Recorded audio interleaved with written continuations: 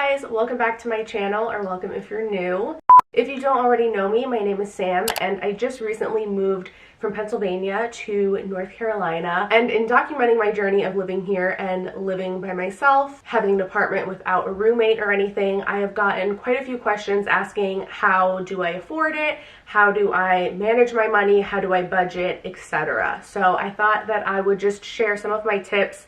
I am by no means a financial advisor or any kind of expert when it comes to this stuff at all. A lot of the tips I'm going to be sharing, I feel, are like kind of common sense. The first tip is so basic and should go without saying. Don't spend money that you don't have, and be really careful with credit cards. Now, of course, I understand that sometimes emergencies come up and there is something that you have to pay for and you don't have the money to pay for it up front, so you have to charge it to your credit card. Obviously, that's a different story, but I'm talking about people who will just rack up their credit card debt. They're just blissfully unaware of their spending. I do love using credit cards. It's a great way to build your credit, and depending on the card that you have, you can get rewards, travel points, cash back, etc. So I do love using them, but I'm always very careful when I'm using my credit cards. To go kind of hand in hand with that, don't live above your means. Again, this is so simple. I feel stupid even having to say this. I see a lot of people doing this.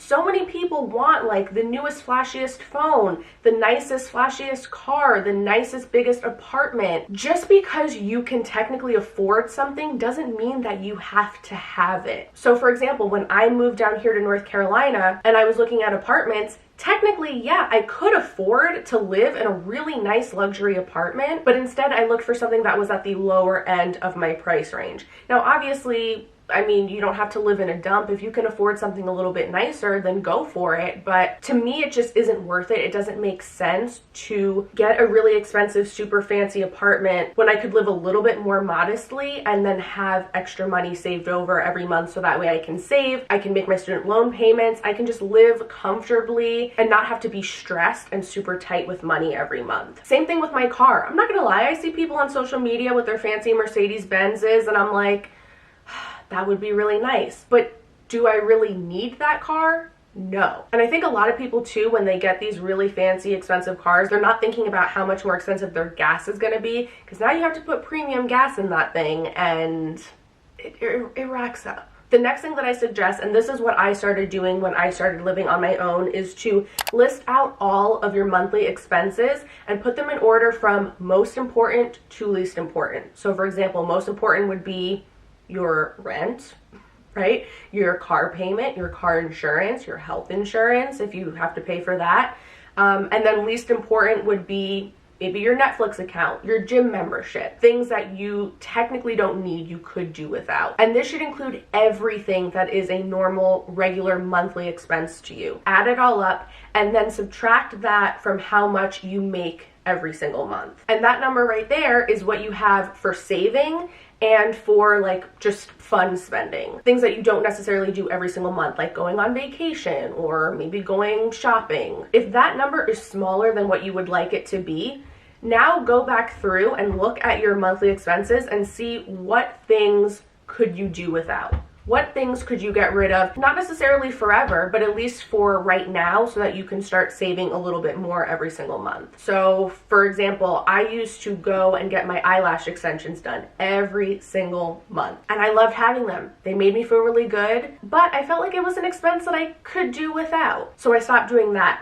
I had cable TV for a little while and realized, oh, I almost never watch cable. So why am I paying for this when I could pay like half the price and just have internet and I can stream whatever I want to watch? And think about things that you spend money on that you could start doing yourself for a little while. Like, do you go and get your nails done all the time? Maybe start doing your nails from home for a little while. I'm not saying that you have to cut out everything in life that brings you joy. Obviously, if it's a comfort for you to go and get like a facial every once in a while or something like that, then still do those things. Like, still live and enjoy your life, but just be a little bit more conscious of your spending. I was in a habit for a really long time of going and getting so many different beauty services done every single month. I would get my nails, I would get my lashes, I would get facials, I would get waxes. And it got to a point that it was just such a normal part of my routine that it wasn't even bringing me joy anymore. Like, it didn't even feel like a special treat. because it was just something that I was doing so frequently. So I started to cut back. And now if I just feel like I need a pampered day, I want to treat myself to something, I will go and do that. And it feels more special now that I don't do it all the time. Another tip, and this one is huge, this really changed my life, especially when I was first saving to move out of my parents' house. Have at least 3 to 4 different accounts. The first account should be where your money's coming out of for your necessary expenses, your necessary bills, your reoccurring monthly expenses, your rent, your car payment, your groceries, etc. Things that you need in order to survive, like they are non-negotiables. Then have a second account for savings. So either every week or every month, decide on a minimum amount that you are going to deposit into that savings account and do it every single time. Consider that like a mandatory expense. Think of it like a bill that you have to pay. You have to put this minimum amount in your account every single time, even if it's literally just $5 a month, but something. Set a minimum amount for yourself. And then if you have extra left over at the end of the month, put a little extra in that savings account if you can. Then have your third account be your fun money, what I like to call my fun money. So this would be things that are not necessary, but you're just doing them because it brings you joy. So like going out to dinner, going to get your nails done. And then the fourth account would be if you have any kind of debt that you need to pay off, whether you have credit card bill debt or student loan payments. But I think that having that separate from your regular savings is really important, because you don't want all of your savings and all of your extra money necessarily to just go to paying off that debt. I mean, yes, that's important. That should be your number one priority, but you also want to make sure that you have a little bit set aside for a rainy day. And again, I'm not an expert. I don't know what an expert would recommend, but that is just what I have been doing and what's been working for me. And it just made it so much easier and clearer for me to really like get a grasp of how much money do I actually have, how much is coming in, and where is it all going? And it just keeps me organized. And then my last tip is to use mobile banking. I have apps for my bank account, for all of my different credit cards, and it has made it so much easier for me. I love being able to just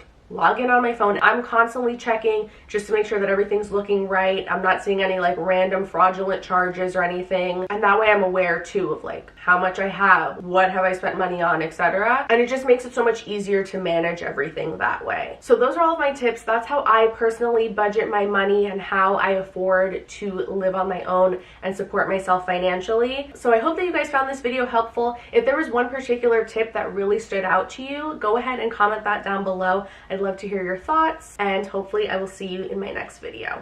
Bye.